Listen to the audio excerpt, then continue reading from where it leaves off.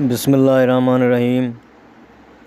जीअं त इख़लाक़ voice TV में तव्हांखे ख़ुशामदीद फ्रेंड।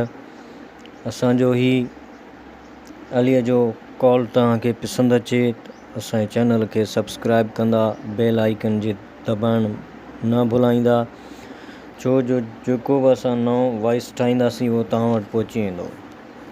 बिस्मिल्लाहिर्रहमानिर्रहीम। हज़रत अली रज़ी अल्लाह अन्हु जी निमाज़। अहद जे लड़ाईअ में हज़रत अली करमुल्लाह वजह जे पेर में तीर घिड़ी वियो। असहाबनि सगोरन कढणु चाहियो, मगर गोश्त अंदरि एतिरो घिड़ी वियो हो जो छिके कढण में खेनि बर्दाश्त खां वधीक तकलीफ़ महसूस पिए थी। उहो ॾिसी हुज़ूर अनवर सल्लल्लाहु अलैहि वसल्लम जिन फरमायो त हिन वक़्तु तीर खे ईअं ई पयल छॾे ॾियो।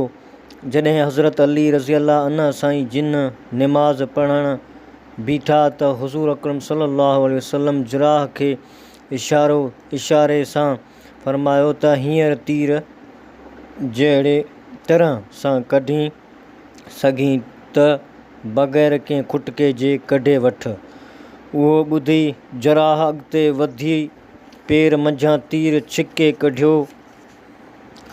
उहो उन्हीअ करे त हुएं बि हज़रत अली रज़ी अल्लाह अन्हु साईं जिन जो जिस्म फ़ौलाद खां बि वधीक सख़्तु हूंदो हो जो तीर बि पेर मंझां न पियो निकिरे सघे, लेकिन निमाज़ में बीहण खां पोइ मेण खां बि वधीक नरम थी वेंदो हुयो, जंहिं करे त जल्दी निकिरी वियो।